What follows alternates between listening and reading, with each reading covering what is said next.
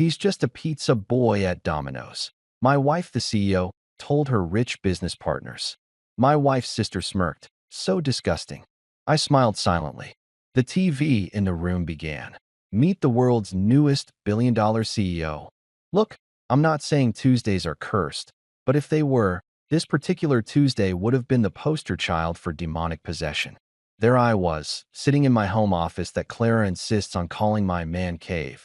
Even though it contains 0 beer fridges and approximately 17 monitors that make the place look like NASA's control room had a baby with a Best Buy.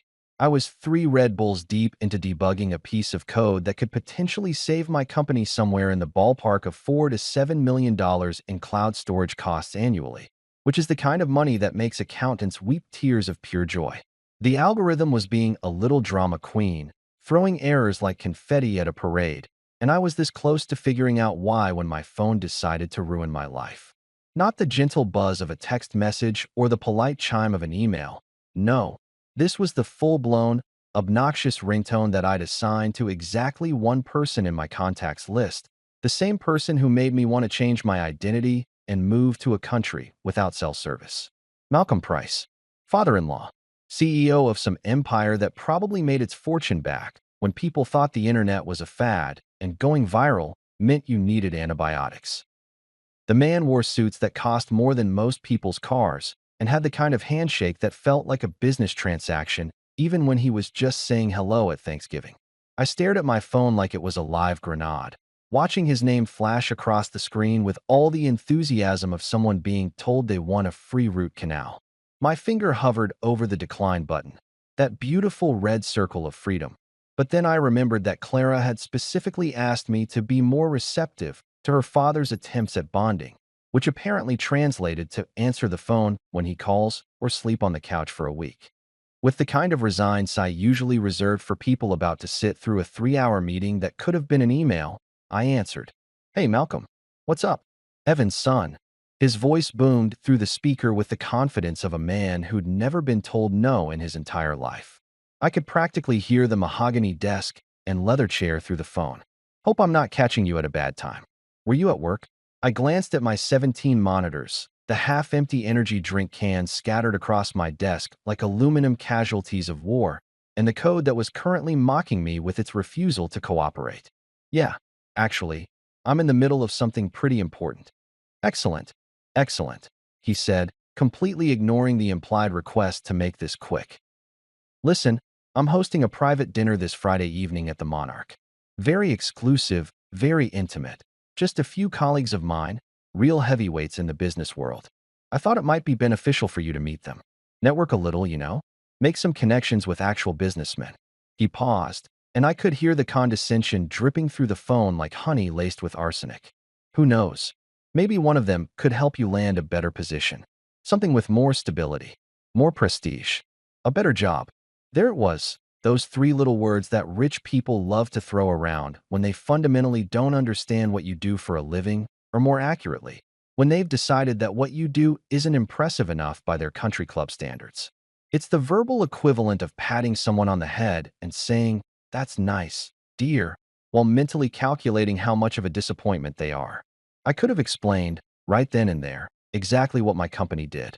I could have told him about SliceNet systems, about the algorithms that were revolutionizing logistics for some of the biggest names in retail and delivery. I could have mentioned the contracts, the valuation, the fact that my position was founder and CEO of a company that was about to hit unicorn status harder than a truck full of glitter hitting a brick wall. But where's the fun in that? "That's really thoughtful of you, Malcolm," I said, injecting just enough fake gratitude into my voice to sound sincere without actually meaning it. "I'll have to check with Clara, but Friday should work." "Fantastic. 7 o'clock sharp. Dress code is business formal, naturally. See you then, son." He hung up before I could respond, which was probably for the best because I was about to tell him that I owned exactly one suit, and it was purchased for our wedding 4 years ago and hadn't seen daylight since.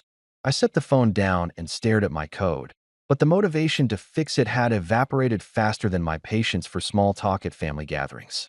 Malcolm Price, in all his infinite wisdom and decade-old business philosophy, thought I needed career help. The irony was so thick you could cut it with a knife and serve it as an appetizer at his precious dinner party. When Clara got home that evening, I was still in my office, though I'd made some progress on the storage issue and was feeling marginally less homicidal. She appeared in the doorway looking like she'd had the kind of day that required wine and comfortable pants, which meant she'd been dealing with her interior design clients who apparently thought reasonable budget meant infinite money. Your dad called, I said, spinning my chair around to face her. Invited us to dinner Friday night at the Monarch. Some kind of networking thing with his business buddies. I watched her face carefully, and let me tell you, the transformation was something to behold. Her expression went from tired to tense to that special kind of anxiety that only comes from knowing your two worlds are about to collide like galaxies in a really awkward documentary. She looked like she'd just tasted milk that was exactly 1 day past its expiration date. Not quite bad enough to spit out, but definitely questionable. Oh God, she muttered, running a hand through her hair. Evan, please. Please just be nice. Don't be difficult. Don't argue with him or his friends. And whatever you do, please don't mention your. She paused, searching for the right words and settling on the worst possible ones. Your pizza job. My pizza job. Right. That delightful little nickname that her entire family had bestowed upon my billion-dollar tech company, because the easiest way for their small minds to categorize what I did was to focus on our biggest client's product rather than the revolutionary logistics technology that made delivering that product possible. Never mind that we also worked with Amazon, Walmart, FedEx, and about 40 other companies that would make Malcolm's portfolio look like a lemonade stand. Nope, I was the pizza guy. The delivery boy who somehow convinced Clara to marry him despite being so clearly beneath her family's standards. Sure, honey, I said, giving her my best reassuring smile. I'll be on my absolute best behavior. Scout's honor. She narrowed her eyes at me, because she'd been married to me long enough to know that best behavior was a relative term and my version of it usually involved some degree of calculated chaos. But she was tired, and I could see her convincing herself that maybe, just maybe, this dinner would go smoothly. I agreed to go for 2 reasons, and I'm nothing if not honest about my motivations. First, because I genuinely loved my wife, even when her family made me want to fake my own death and start a new life as a sheep farmer in New Zealand. And second, because I have this character flaw where I absolutely cannot resist watching arrogant, pompous people dig their own graves with silver spoons while assuming everyone around them is holding plastic forks. Friday was going to be interesting. I could feel it in my bones, the same way you can feel a storm coming before the first drop of rain falls. Malcolm Price and his country club cronies were about to get a lesson in assumptions, and I was going to have a front row seat to the most entertaining show in town. Some people go to dinner to eat. I was going to watch the universe serve up a 5-course meal of humble pie, and honestly, I couldn't wait to see who'd be choking on it first. Friday arrived with all the enthusiasm of a sequel nobody asked for.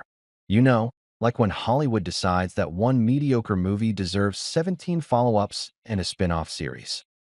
I woke up that morning with a sense of impending doom that felt a lot like the time I accidentally deleted 3 months of code before remembering that backups existed. Except this time, there was no undo button, no safety net, just me and a dinner reservation at the kind of restaurant where they probably charge you $50 for looking at the menu wrong. Clara had been stress cleaning the house since dawn, which is her go-to coping mechanism when she's anxious about literally anything. I'd learned early in our marriage that when she starts reorganizing closets that were already perfectly organized, something big is happening. By the time I stumbled into the kitchen for my morning coffee. Okay, fine, my morning energy drink because I'm a heathen who doesn't understand the sophisticated appeal of artisanal pour-over coffee. She'd already rearranged the living room furniture twice and was eyeing the kitchen cabinets like they'd personally offended her. It's just dinner, I reminded her, watching as she adjusted a throw pillow for the 3rd time in as many minutes. We eat food, make small talk, and then we leave. Simple. She shot me a look that could have melted steel. It's not just dinner, Evan. It's dinner with my father and his entire professional circle. These are important people, influential people, people who could. She stopped herself, but I knew where that sentence was going.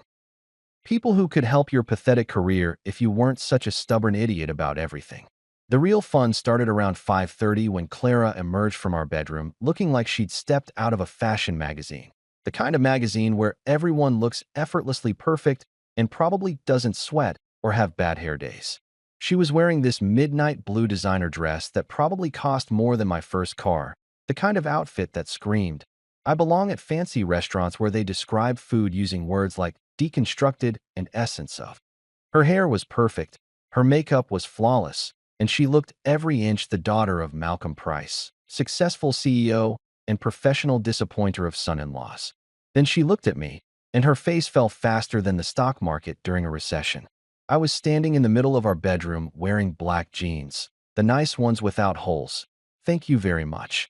My cleanest pair of sneakers and my lucky hoodie. The same lucky hoodie I'd worn to my first major investor meeting, my first successful product launch, and pretty much every important moment of my professional life. It was comfortable, it was broken in, and most importantly, it was me. The hoodie was charcoal gray, made from that fancy technical fabric that cost way too much but felt like wearing a cloud, and it had exactly zero logos or branding because I'm not a walking billboard. Clara made a sound somewhere between a groan and a whimper, like a tire slowly deflating. Evan, no, absolutely not. You cannot wear that. I can, and I will, I replied, grabbing my watch, the one actually expensive thing I owned, a gift from my CTO after our Series B funding, and fastening it around my wrist. I'm a billionaire, not Batman. I don't need to dress up in a costume to prove who I am. You're not. She stopped herself, and I watched the internal struggle play out across her face. See, here's the thing. Clara knew what my company was worth. She'd seen the contracts, the bank statements, the term sheets from investors. But somewhere in her mind, there was this disconnect between the theoretical money and the reality of it, like knowing intellectually that space is infinite, but not really being able to comprehend what that means. My father expects business formal. That means a suit, Evan, or at least slacks and a dress shirt. Your father expects a lot of things, I said, keeping my tone light even though we both knew this was about more than just clothes. He expects me to be someone I'm not. He expects me to apologize for being successful in a way he doesn't understand.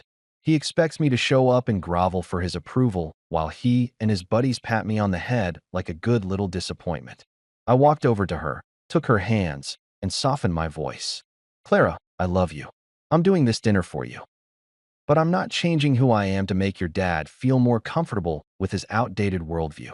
She bit her lip, which meant she was stuck between agreeing with me and desperately wanting to keep the peace. Finally, she sighed. Fine, but if he says anything, I'm blaming you. Deal, I said, kissing her forehead. I accept full responsibility for my fashion crimes. The drive to the Monarch Steakhouse was tense in that special way where nobody's actually saying anything, but the silence is so loud it might as well be screaming. Clara kept checking her phone, probably fielding texts from her mother or sister about arrival times and seating arrangements. I focused on driving and mentally preparing myself for an evening of judgment disguised as polite conversation. The Monarch was exactly the kind of place I expected, all valet parking and marble columns and a doorman who looked like he could bench press a Buick while reciting the wine list from memory. The building practically radiated exclusivity, from the subtle brass accents to the way the lighting seemed specifically designed to make everyone look rich and important. This was the kind of restaurant where they didn't list prices on the menu because if you had to ask, you couldn't afford it, and the waitstaff spoke in hushed, reverent tones like they were discussing classified government secrets instead of taking your order for overpriced steak. We handed the keys to the valet, a kid who looked at my 10-year-old Audi like it was a relic from a museum, and made our way to the entrance.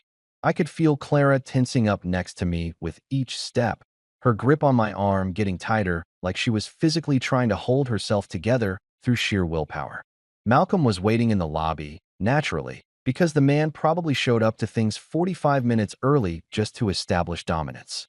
He was holding court with another couple, both of them dressed like they were attending a state dinner at the White House, and when he saw us approaching, his face went through a journey of emotions that would have won him an Oscar if facial expressions were an Olympic sport.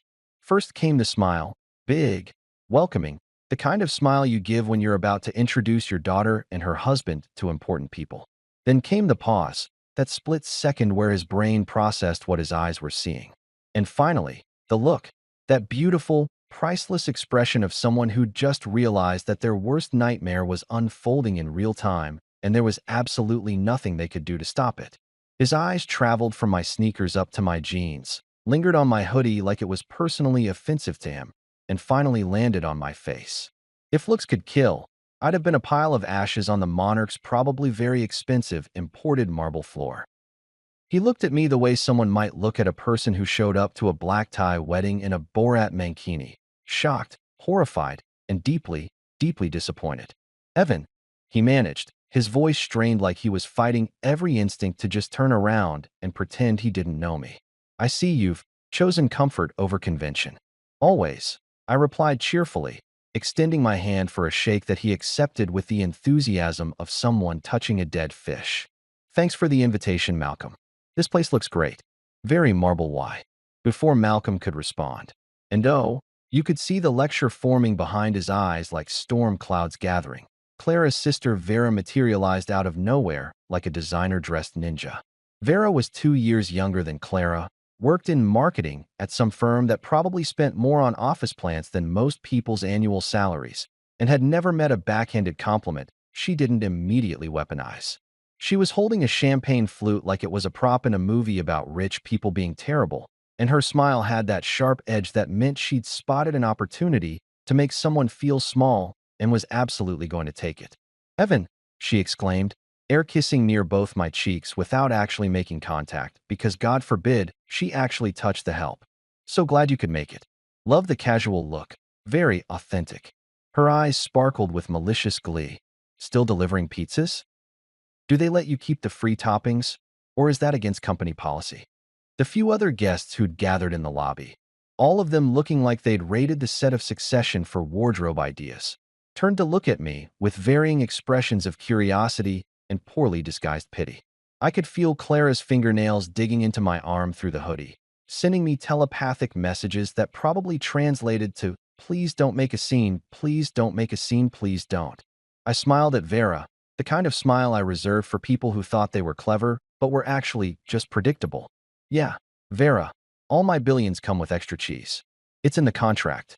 The laughter that followed was nervous and uncertain, like nobody could quite tell if I was joking or having some kind of breakdown. Honestly, neither could I. Malcolm led us through the monarch like a general leading troops into battle.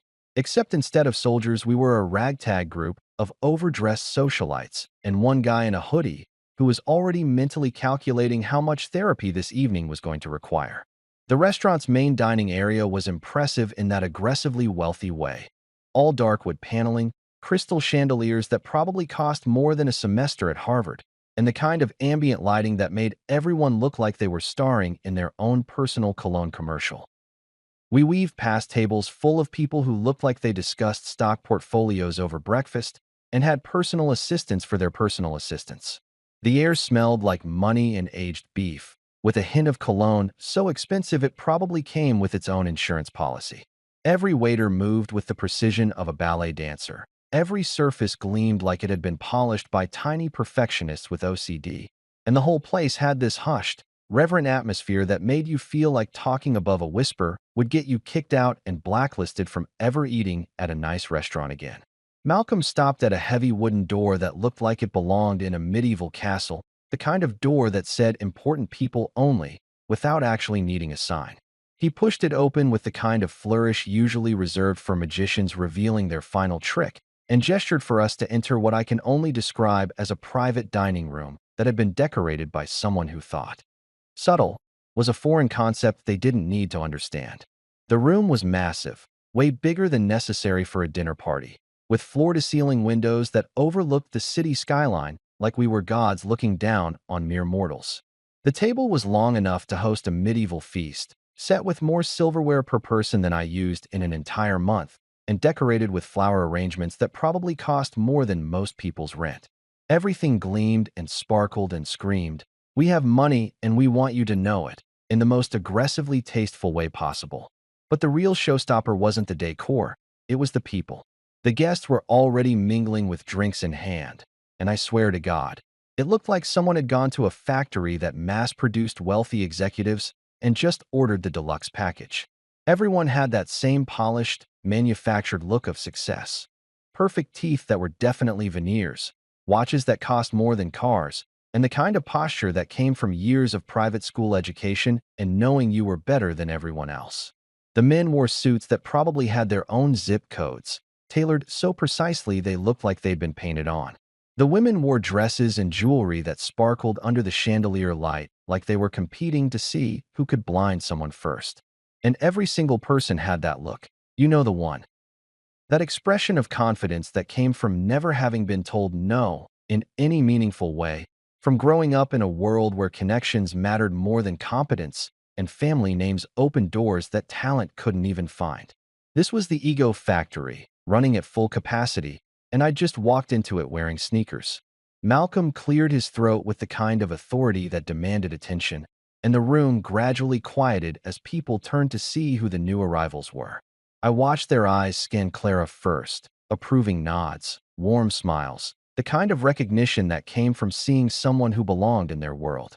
Then their gazes shifted to me, and I could literally see the confusion spreading across their faces like a virus. It was beautiful, really, watching them try to reconcile the hoodie and jeans with the fact that I was standing next to Clara Price, Malcolm's daughter, in a private room at the Monarch. "Everyone," Malcolm announced, his voice carrying that tone of forced enthusiasm that parents use when introducing their kid's imaginary friend to other adults. "I'd like you to meet my daughter Clara and her husband, Evan." He paused, and I could see him weighing his options, trying to decide how to introduce me in a way that wouldn't completely embarrass him. He settled on what he probably thought was a safe middle ground, which meant it was absolutely going to be a disaster. "Evan works at Domino's, in their delivery operations." The silence that followed was so complete, so absolute, that I could hear someone's Rolex ticking from across the room. It was the kind of silence that comes right before something either explodes or implodes, and I wasn't entirely sure which was about to happen. People glanced at each other with those quick, darting looks that said, "Did he really just say Domino's?" while trying desperately to maintain their polite expressions. Then, because the universe has a truly twisted sense of humor, one guy stepped forward from the group. He was probably in his 60s, with silver hair that looked like it had never experienced a bad hair day and a suit that probably cost more than my first startup's entire initial budget. He had that patrician look that came from generations of inherited wealth and the absolute certainty that he was doing you a favor by acknowledging your existence. He nodded at me with the kind of polite condescension usually reserved for children who'd just shown you a drawing that was supposed to be a horse but looked more like a potato with legs. "Honest work," he said, his voice dripping with the kind of sympathy people use when they're trying very hard to be nice about something they find deeply unfortunate. "Not everyone can handle working with ovens. The heat must be intense." I could feel Clara's death grip on my arm tightening, her fingernails probably leaving permanent impressions through the hoodie. She was silently begging me to just nod, smile, and let it go. To be the bigger person. To not make this worse than it already was. But here's the thing about me. I've never been particularly good at letting things go, especially when the opportunity for clarification is just sitting there like a gift-wrapped present with my name on it. "I handle servers," I replied, keeping my voice casual and friendly, like we were discussing the weather or sports scores or literally anything other than the fact that this entire room had just collectively decided I was beneath them. Just the digital kind, you know? Cloud infrastructure, algorithm optimization, that sort of thing. The man blinked at me like I'd suddenly started speaking Klingon. His mouth opened slightly, then closed, then opened again like a fish that had just realized it was out of water and wasn't sure how that had happened. "Oh," he managed finally. "So you're in IT support? For the pizza chain?" "Something like that," I said, deciding that explaining the intricacies of logistics technology to someone who probably still had his secretary print out his emails was a losing battle. "I make sure the digital ovens talk to the digital delivery trucks." Very technical, very heat-intensive in the metaphorical sense. A few people chuckled nervously, unsure whether I was joking or just socially incompetent. Honestly, I was wondering the same thing. Clara shot me a look that could have frozen hell over. The look that clearly communicated smile right now or you're sleeping on the couch for the next calendar year, possibly longer. So I smiled. I smiled like my life depended on it, like I was auditioning for a toothpaste commercial, like I was the happiest pizza delivery IT support guy who'd ever walked into a room full of people who probably tipped their housekeepers more than they thought I made in a year. Malcolm, sensing that this introduction had gone about as well as the Titanic's maiden voyage, quickly started ushering everyone toward the table. Shall we sit? I took the liberty of pre-ordering some appetizers, and I'm sure everyone's eager to get started. As we made our way to our assigned seats, because of course there were assigned seats, complete with little name cards and calligraphy that probably cost $50 each, I caught sight of the menu sitting at each place setting. It was one of those menus that came in a leather folder, the kind that whispered, "You're about to spend so much money," with every page turn. I opened it and immediately spotted the most expensive item, a 48-ounce Wagyu tomahawk steak, dry-aged for 60 days, with a price tag that could have fed a family of 4 for a week at a normal restaurant. It came with some kind of truffle butter and artisanal sides that were probably just fancy words for potato. Clara leaned over and whispered urgently, "Please don't order anything crazy. My father is paying, and..." "The Wagyu tomahawk looks amazing," I announced loudly enough for Malcolm to hear from his seat at the head of the table. "I'll definitely be getting that. Medium rare, with all the fancy extras." Malcolm's eye twitched slightly, but he maintained his smile like a true professional. "Of course, Evan. Whatever you'd like." Out of spite.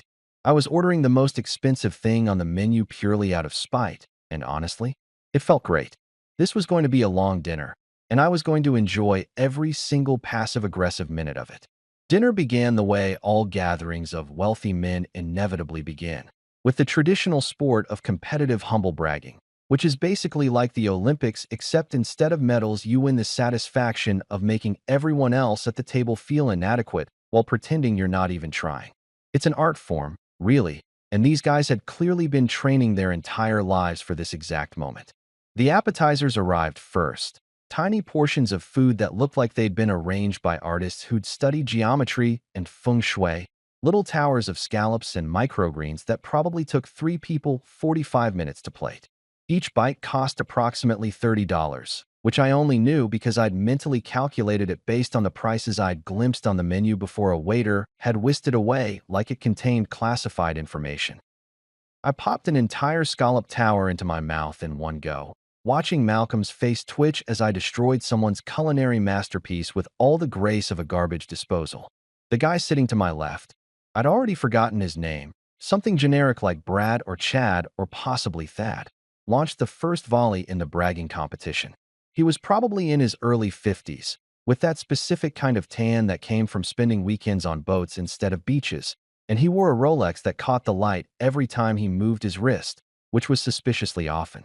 "Just got back from Monaco last week," he announced to the table at large, though nobody had asked.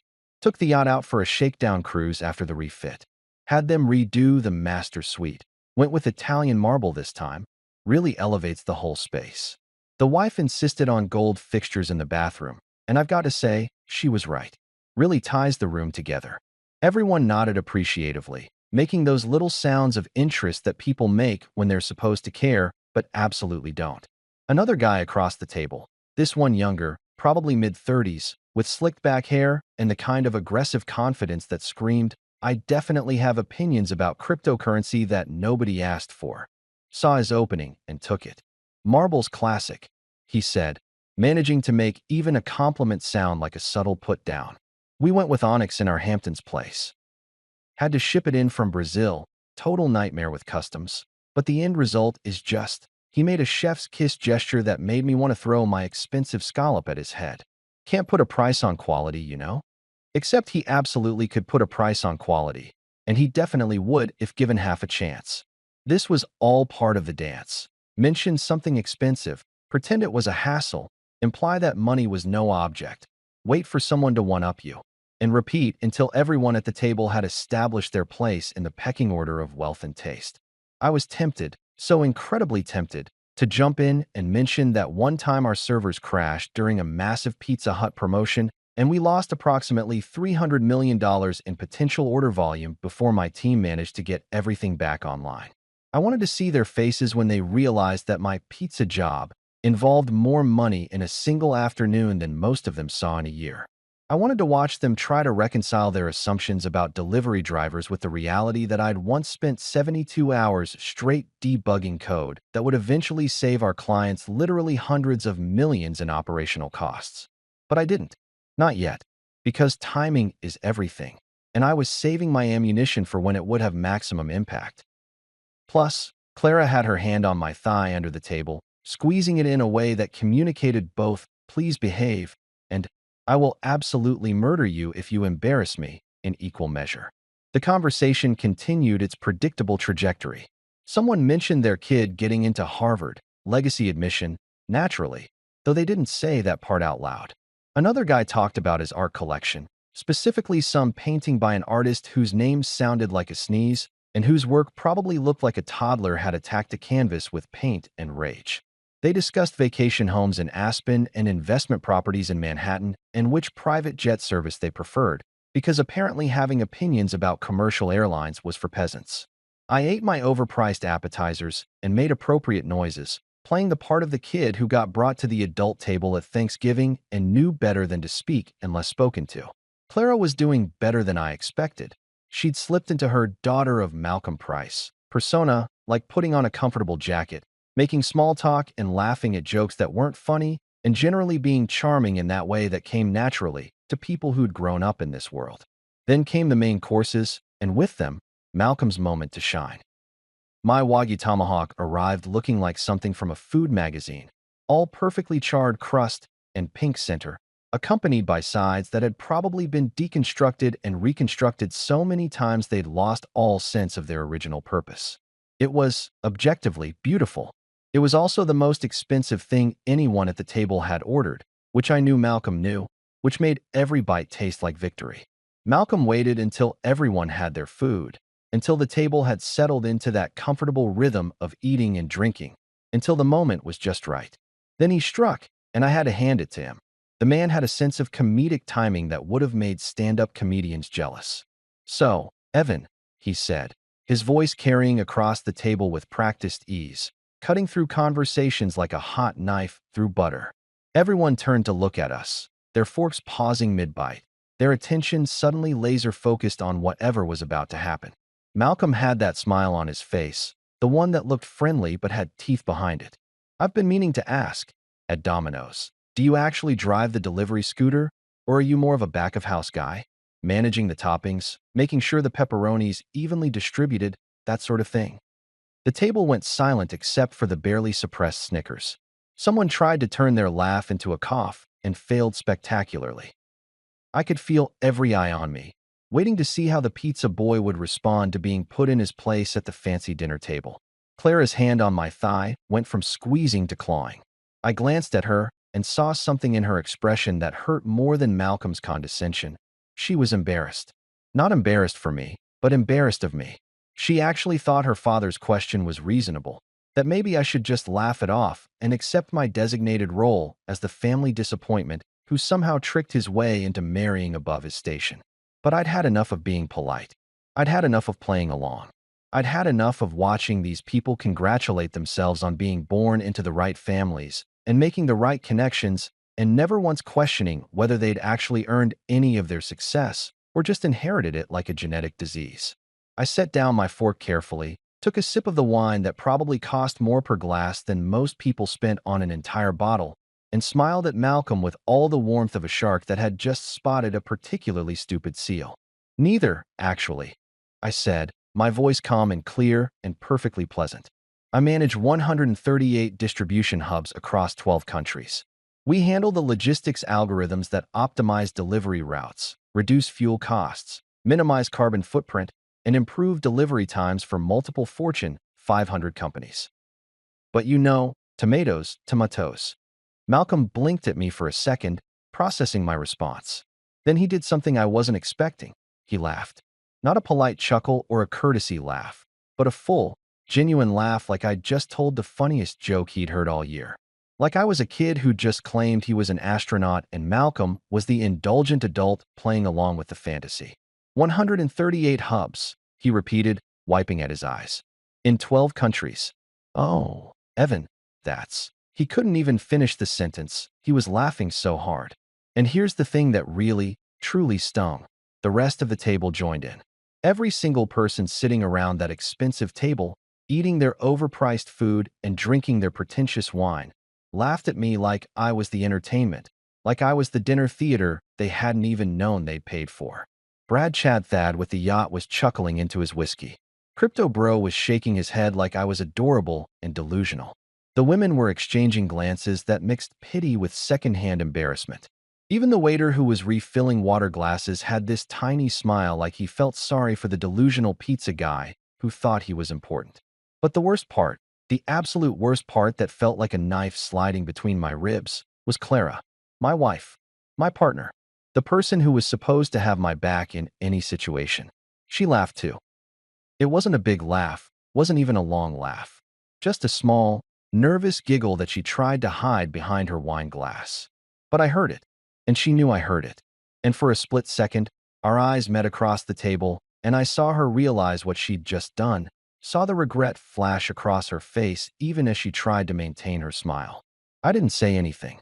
I just picked up my fork, cut another piece of my spite steak, and ate it while maintaining perfect eye contact with Malcolm. Inside, I was counting down the minutes until Karma showed up to this party, because I could feel it coming like a storm on the horizon. Karma was in the corner, stretching, warming up, getting ready to absolutely demolish everyone at this table. And I had the best seat in the house. We were about halfway through dinner, that awkward middle section where everyone's had enough wine to be loose, but not enough to be honest, where the initial posturing has died down, but the real conversations haven't started yet, when the universe decided it was showtime. I was working on my overpriced steak, which I have to admit was probably the best thing I'd eaten all year, when I noticed one of the waiters adjusting something near the corner of the room.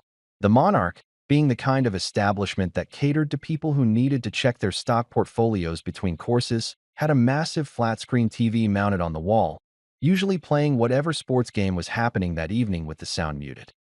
It was one of those concessions to modernity that old money establishments made reluctantly, like admitting that maybe everyone didn't want to sit in complete silence while eating their gold leaf-garnished whatever. The waiter was fiddling with the remote, and suddenly the screen flickered from what looked like a basketball game to something else entirely.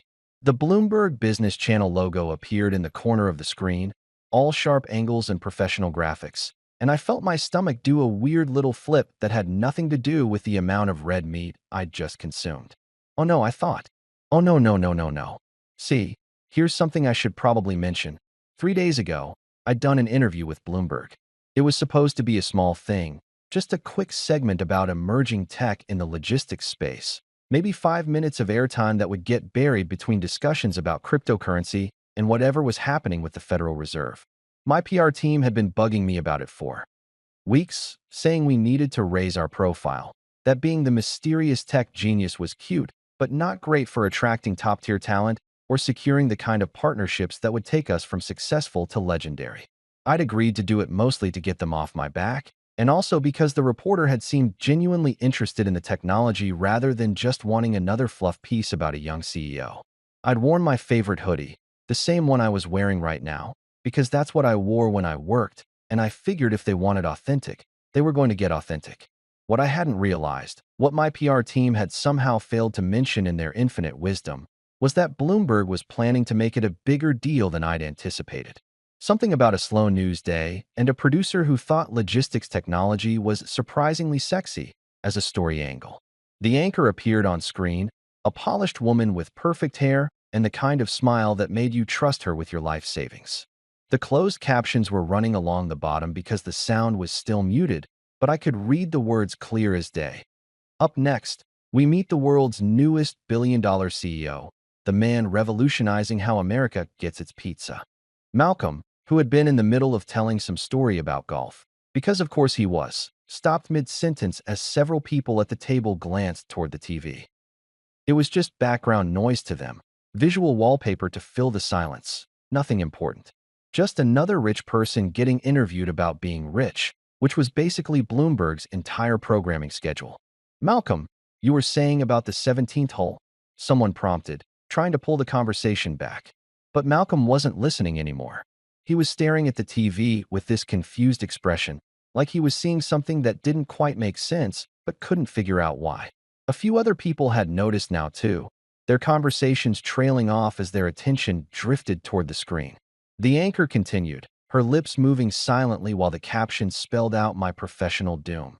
Evan Miles, founder and CEO of SliceNet Systems, has achieved what many thought impossible, making pizza delivery profitable, scalable, and surprisingly high-tech. The camera cut to footage of me, sitting in what was very obviously my office. You could see my 17 monitors in the background, along with the whiteboard covered in algorithms and the empty Red Bull cans I'd forgotten to throw away before the interview. And there I was, wearing the exact same charcoal gray hoodie I was wearing right at this very moment, explaining something about route optimization and machine learning with the kind of enthusiasm that probably made me look like a complete nerd. I watched my TV self gesture animatedly while talking, and I had to admit, from a purely objective standpoint, I looked exactly like the kind of person who would show up to a fancy dinner in a hoodie. The kind of person who cared more about the work than the appearance, more about the results than the resume. The kind of person who was, apparently, worth $1 billion and change. The room had gone completely silent now. Everyone was staring at the TV, then at me, then back at the TV, like they were watching a tennis match, but the ball was their understanding of reality, and it was getting volleyed back and forth at increasingly impossible speeds. Vera was the first casualty. She'd been holding her wine glass, probably her fourth or fifth of the evening, in that casual, elegant way that rich women do, like the glass was just an accessory to make her look more sophisticated. When the camera zoomed in on my face on the screen, showing me and my hoodie in all their high-definition glory, her fingers went slack. The wine glass slipped from her hand in slow motion, hitting the edge of her plate before tumbling onto the white tablecloth, spilling red wine everywhere like a crime scene at a very expensive wedding. Nobody moved to help her. Nobody even acknowledged it. They were all too busy staring at the screen as the anchor continued her piece, the closed captions scrolling along like the world's most passive-aggressive PowerPoint presentation. SliceNet Systems achieved a stunning $1.3 billion valuation this morning after announcing new partnerships with Domino's, FedEx, and Walmart. The company's proprietary algorithms have reduced delivery times by an average of 23% while cutting operational costs by nearly 40%. Malcolm's face had gone through several color changes, starting at his normal slightly tan complexion and progressing through pale, then gray, then settling on a shade that could best be described as man realizing he's been catastrophically wrong about something important. His mouth was hanging open slightly, which ruined his usual composed CEO demeanor and made him look like a very expensive fish that had just been told it was actually a bird. The camera cut back to the studio, where they'd put up graphics showing SliceNet's growth trajectory, our client list, which included some names that made even this room full of supposed business titans look small-time, and a breakdown of our technology stack that was probably way too technical for a general business audience, but looked impressive as hell with all its charts and numbers and upward trending arrows. Then came the kicker, the beautiful cherry on top of this schadenfreude sundae. The anchor smiled at the camera and said, I could read it perfectly on the closed captions. Miles, who started SliceNet in his garage just 4 years ago, represents a new generation of tech entrepreneurs who are disrupting traditional industries from the inside out. When asked about his unusual approach to business casual, Miles told us, I'm not interested in looking like a CEO. I'm interested in being one. On screen, past me grinned and shrugged, and I remembered that moment during the interview. Remembered thinking it was a throwaway line that would probably get cut. Instead, it had apparently become my signature quote, the soundbite that summarized my entire philosophy. Present me cut another piece of steak and chewed it slowly, maintaining the most neutral expression I could manage while internally I was doing backflips. Clara had gone completely still beside me, her hand frozen halfway to her wine glass, her eyes wide enough that I could see white all around her irises. She turned to look at me in slow motion, and I watched her brain trying to process what was happening, trying to reconcile the guy she'd been embarrassed of 10 minutes ago with the guy currently being profiled on Bloomberg Business as one of the most successful tech entrepreneurs of the year. Oh my God, she whispered, and those 3 words contained entire novels worth of emotions: shock, disbelief, dawning realization, And if I wasn't mistaken, a healthy dose of "oh crap," I laughed at my billionaire husband. The TV cut to more footage, this time from some conference where I'd been on a panel, still wearing a hoodie. I had several. They were my uniform. Discussing the future of logistics with people from Amazon and UPS who were wearing suits and looking at me like I was either a genius or completely insane, possibly both. I swallowed my bite of steak and looked around the table, making eye contact with each person who'd laughed at me earlier. Brad Chad Thad with his yacht. Crypto Bro with his Onyx bathroom. The woman who'd been talking about her kids' Harvard legacy admission. Malcolm, who'd set this whole beautiful disaster in motion. And finally, I looked at the TV, where my face was freeze-framed next to the caption, Evan Miles, CEO, SliceNet Systems, valued at $1.3 billion. Wow, I said, breaking the silence that had fallen over the room like a weighted blanket made of awkwardness. That guy on TV has great fashion sense. Nobody laughed this time. Funny how that works. The silence lasted for about 3 seconds before the table erupted. Not an applause or congratulations, or any of those things you might expect when someone's success is revealed in spectacular fashion, but in pure, unfiltered confusion. It was the kind of confusion that comes from having your entire worldview challenged by a muted television and a guy in sneakers, the kind that makes people's brains short-circuit like a computer trying to run too many programs at once. Brad Chad Thad was the first to find his voice, though find might be generous considering what came out sounded like he was trying to speak, while simultaneously choking on his own assumptions. Wait, he stammered, pointing between me and the TV screen where my face was still frozen in all its hooded glory. You're that Evan Miles? The SliceNet guy? He gestured vaguely at the screen, at the caption that clearly said $1.3 billion valuation, like maybe if he pointed at it enough times it would change to something that made more sense to him. I took another bite of my steak, chewing slowly and deliberately, letting him marinate in his confusion for a moment before swallowing. Last I checked, I said, wiping my mouth with the cloth napkin that probably cost more than most people's dish towels. Though to be fair, I haven't looked in a mirror since we got here, so maybe I've been body snatched and nobody told me. But assuming I'm still me, then yeah, that's me. Wild coincidence, right? But you said, Crypto Bro was leaning forward now, his perfectly gelled hair somehow managing to stay in place despite the fact that his entire understanding of the evening had just been blown to pieces. You said you worked with servers and digital ovens, and I did say that. I confirmed, nodding agreeably. And it's all true. I do work with servers, just not the kind that bring you food. And I do deal with ovens, metaphorically speaking. Also pizza. Lots of pizza. I mean, not personally eating it, though I do enjoy a good pie, but facilitating the delivery of millions of pizzas annually through complex algorithmic optimization. I paused, pretending to think about it. But don't worry, I still know how to fold a pizza box. It's in the CEO handbook, right after the chapter on hostile takeovers and right before the section on hostile pizza toppings.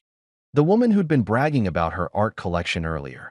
Her name was Diane or Deanna or something that started with a D and ended with too much money and not enough self-awareness, was staring at me like I'd just revealed I was actually 3 raccoons in a hoodie. But Malcolm said you worked at Domino's, she said, and I could hear the desperation in her voice, like she was clinging to this one fact as proof that the universe still made sense.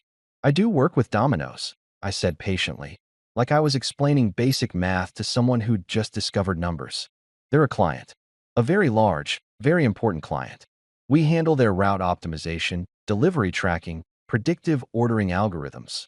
Basically, we're the reason your pizza shows up when the app says it will instead of 3 hours late and cold.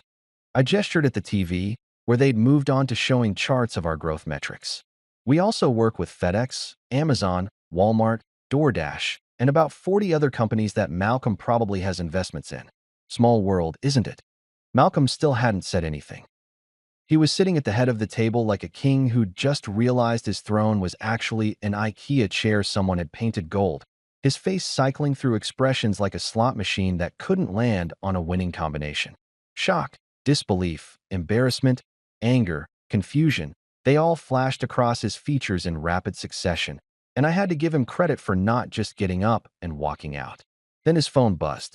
It was sitting on the table next to his plate, which was apparently fine for him but would have been rude if I'd done it. And the vibration was loud enough that several people jumped. He glanced down at it, and I watched his expression shift from confused to annoyed. He held up one finger in that universal gesture of "hold on, this is important," which was pretty rich considering he'd spent the entire evening making me feel like nothing I did could possibly be important. "Excuse me," he said, standing up with all the dignity of a man who absolutely did not want to take this call, but couldn't afford not to. "I need to take this. It's the university." He walked toward the corner of the room, pressing the phone to his ear, and I watched him transform from Malcolm Price, confident CEO, to Malcolm Price, confused person receiving unexpected information. His back was to us, but I could see his posture change, see the way his free hand came up to rub his forehead like he was trying to massage understanding directly into his brain. "Yes," he said, his voice carrying across the room despite his obvious attempt to be quiet. "Yes, this is Malcolm Price." "I what?" "No. I. Yes, I know who Evan Miles is." He's a pause. A very long pause. "He's my son-in-law, but I don't see what that has to." His voice changed.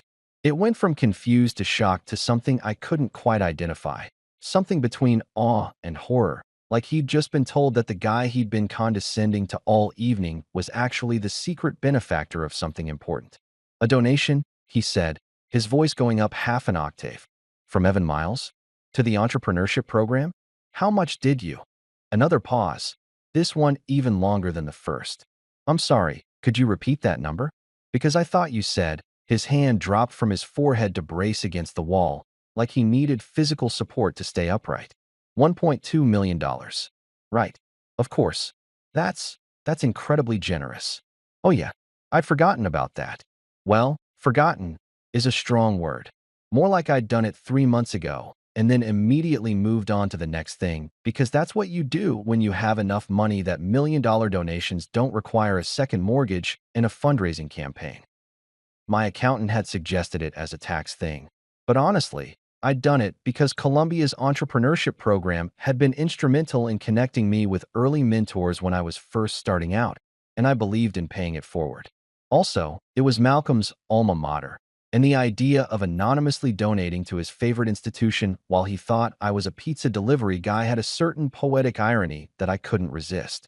Except apparently it wasn't anonymous anymore, because Malcolm was now having a very public conversation about my very private donation, and every single person at the table was listening with the kind of rapt attention usually reserved for celebrity gossip or details about someone's messy divorce.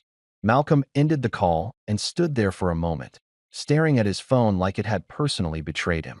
Then he turned around, and I swear to God, the man looked like he'd aged 10 years in the span of a 3-minute phone call. He was pale, not just regular pale, but the kind of pale that makes you wonder if someone needs to sit down before they fall down. And there was a slight tremor in his hand as he made his way back to the table. He didn't sit down immediately. He just stood there behind his chair, gripping the back of it like it was the only thing keeping him tethered to reality, and looked at me with an expression I'd never seen on his face before. Genuine, unfiltered shock mixed with something that might have been respect, but could also have been indigestion from eating crow. Vera, who had mostly been silent since spilling her wine, which had created a red stain on the white tablecloth that looked like a map of her shattered assumptions, found her voice first. "Dad?" she said, her voice small and uncertain. "What was that about?" Malcolm cleared his throat, but it didn't help. His voice still came out rough, like he was speaking through gravel. "That was the development office at Columbia Business School," he said slowly, each word seeming to cost him something. "They were calling to inform me that my son-in-law has made a significant contribution to the entrepreneurship program." He paused, and I could see him struggling with whether to say the number, whether admitting it out loud would make it more real. A $1.2 million donation. The gasps around the table were audible, sharp little intakes of breath from people who were used to big numbers, but apparently not when those numbers were attached to the guy they'd been mocking for wearing a hoodie. "You donated $1 million?" Vera practically shrieked, her voice hitting a pitch that probably made dogs in the surrounding area very uncomfortable. "To Dad's school? You, the pizza guy? You donated?" She couldn't even finish the sentence, just gestured helplessly between me and Malcolm like the space between us contained answers she couldn't comprehend. I shrugged, cutting another piece of steak because this conversation was not going to stop me from enjoying my spite meal. Technically $1.2 million, I corrected, keeping my tone casual, like we were discussing the weather or the score of last night's game instead of an amount of money that could buy several houses in most parts of the country. I tipped well. Figured the entrepreneurship program could use some new equipment, maybe a few more scholarships. You know, help out the next generation of people who'll show up to fancy dinners in hoodies and confuse everyone. The silence that followed was absolutely delicious, even better than the wagyu I was eating, and that was saying something. Malcolm stood there for what felt like an eternity, but was probably only 30 seconds, still gripping the back of his chair like it was a life preserver, and he was drowning in an ocean of his own assumptions. I could practically see the gears turning in his head, watching him try to figure out how to salvage this situation, how to take back every condescending comment and dismissive look without actually admitting he'd been a complete ass for the past 4 years of knowing me. It was like watching someone try to unscramble an egg. Technically impossible, but fascinating to observe them try anyway. Finally, he cleared his throat again and released his death grip on the chair, standing up straight in a visible effort to reclaim some of his usual commanding presence. It didn't really work. He still looked like a man who'd just been told that the janitor he'd been ignoring was actually the building owner. But points for effort, I guess. I believe, he started, his voice carrying that practiced authority that probably worked great in boardrooms, but sounded hollow in a room full of people who'd just watched him get publicly humbled by Bloomberg in a phone call, that I owe my son-in-law an apology. Oh, this was going to be good. I set down my fork and gave him my full attention, because if Malcolm Price was about to apologize to me, I wanted to remember every single word for the rest of my natural life. This was the kind of moment you told your grandkids about, assuming Clara ever forgave me enough to give me grandkids. Malcolm took a breath, and I could see him wrestling with his ego, watching it fight back like a cornered animal. It appears, he continued, choosing his words carefully like he was navigating a minefield in expensive loafers, that I may have underestimated your professional accomplishments. When you said you worked with Domino's, I assumed, perhaps incorrectly, that you were in a more entry-level position. You thought I delivered pizzas. I supplied helpfully, because if we were doing this, we were doing it honestly. On a scooter, while managing toppings. You literally asked me about it 20 minutes ago. His jaw tightened, and I watched a muscle twitch near his eye. Yes, well, it turns out, you're not just a pizza boy. He paused, clearly trying to find words that would make this less mortifying for him. You own the ovens. I couldn't help myself. I really couldn't. The setup was too perfect, the opportunity too golden, and I'd spent 4 years being the butt of this family's jokes. Actually, I said, leaning back in my chair with my wine glass in hand, I own the software that makes the ovens profitable. But close enough. You were in the same ballpark, just off by about $1 billion and several fundamental misunderstandings about what century we're living in. The laughter that rippled around the table was different this time. Awkward, nervous, like people weren't sure if they were allowed to find this funny or if laughing would somehow implicate them in Malcolm's colossal misjudgment. It was the kind of laughter you hear at a comedy show when the comedian makes a joke that hits a little too close to home and everyone's uncomfortable but also kind of relieved it's not about them. Clara was laughing too, though her laugh had this slightly manic edge to it, like she was processing about 17 different emotions simultaneously, and laughter was the only output her system could manage.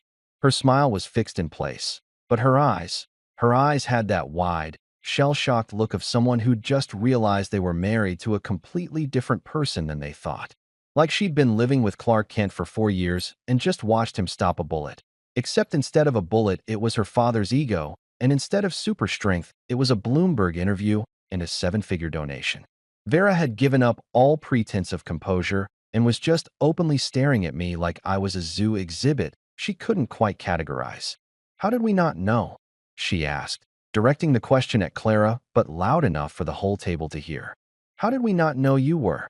She gestured at me, then at the TV, which had moved on to other news, but might as well have still been showing my face for how much it dominated the conversation.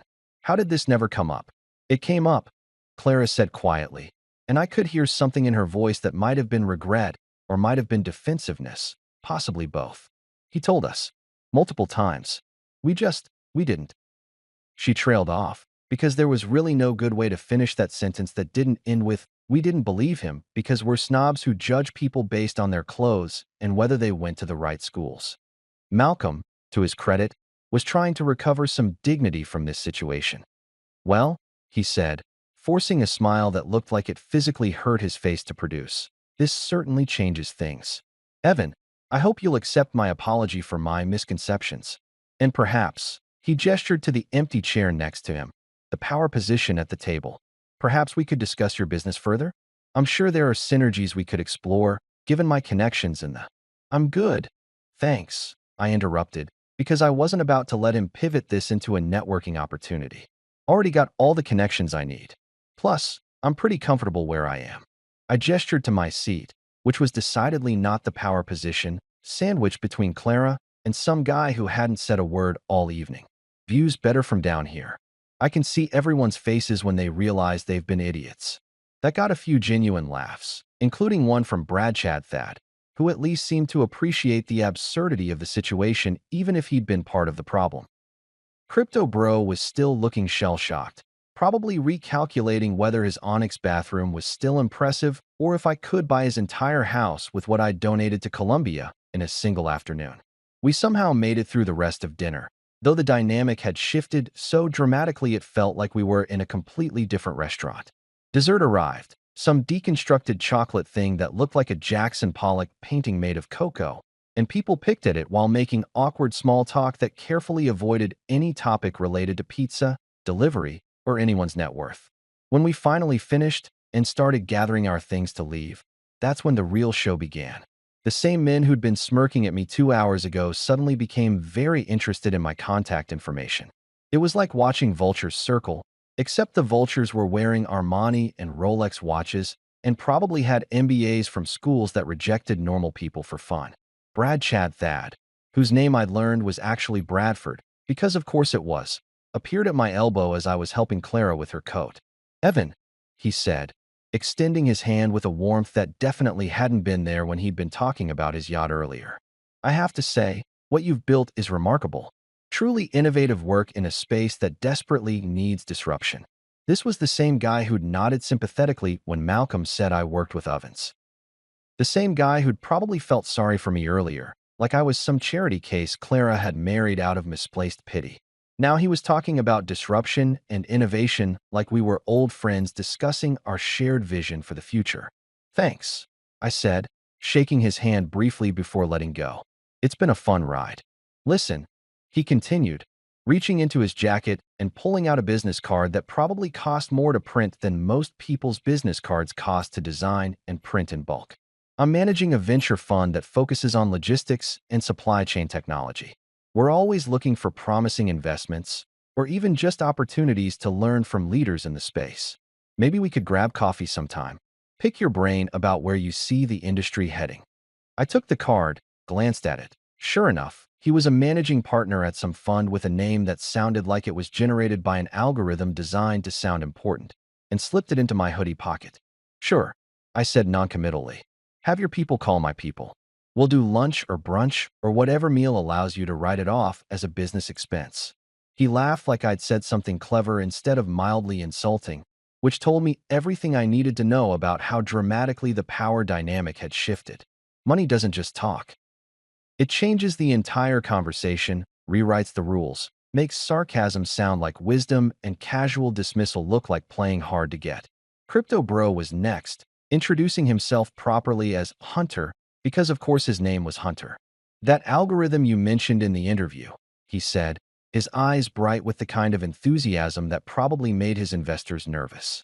The one that uses machine learning to predict order volumes based on weather patterns and local events? That's genius. Pure genius. Have you thought about licensing that technology separately? I could see applications in about a dozen different industries. Haven't really thought about it. I lied, because we'd actually been in talks with 3 different companies about exactly that. But I'll keep it in mind. Here's my card, he said, practically shoving it at me. Seriously, if you ever want to discuss expansion strategies or fundraising, I know you probably don't need it after this valuation, but still, I'd love to be involved in whatever you're building next. The cards kept coming.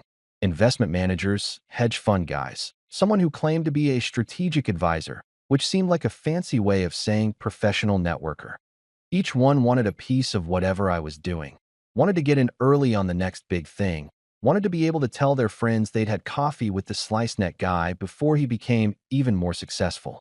One particularly bold gentleman, late 50s, silver fox type, wearing a watch that cost more than my car, actually said, "Maybe we could invest in your next venture? Get in on the ground floor of whatever you're cooking up." I couldn't resist. The setup was too perfect, the irony too delicious. "Sure," I said, giving him my best sincere smile. "Do you take payment in pepperoni? Because I've got connections with Domino's. Can probably get you a bulk discount." He laughed, but there was uncertainty in his eyes, like he couldn't quite tell if I was joking or if this was some weird tech bro thing he didn't understand. Which, honestly, made it even funnier. Clara was quiet through all of this, watching the parade of people who'd ignored me 2 hours ago now compete for my attention like I was giving out winning lottery tickets. When we finally made it to the door, she slipped her hand into mine and squeezed. I squeezed back, because despite everything, despite the awkwardness and the humiliation and the laughter that still stung, she was still my wife. And this was still the best dinner I'd had in years. The drive home started in the kind of silence that's so thick you could bottle it and sell it as a sound-dampening product. Clara sat in the passenger seat of my Audi, staring out the window like the passing streetlights contained the answers to questions she didn't know how to ask. Her hands were folded in her lap, still and controlled, which was never a good sign. When Clara went still like that, it meant she was processing, running through every conversation and interaction and assumption like a computer debugging its own code, and I wasn't entirely sure I wanted to know what errors she was finding. I focused on driving, navigating the late-night city traffic with the kind of careful attention that came from really not wanting to have a conversation yet.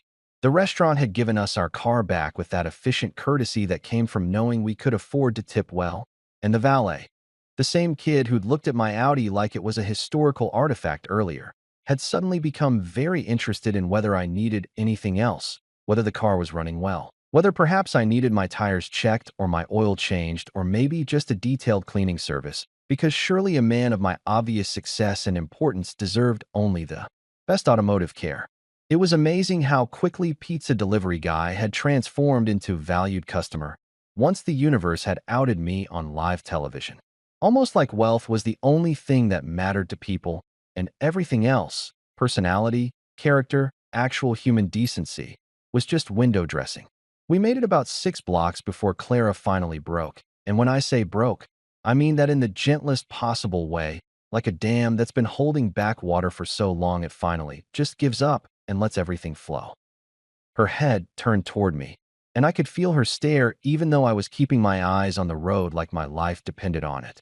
"Why didn't you tell me?" she whispered, and her voice was so small, so confused, that it actually made my chest hurt a little bit. Not the angry kind of hurt, but the sad kind, the kind that comes from realizing someone you love has been feeling lost and you didn't know how to help them find their way. I could have been a jerk about it.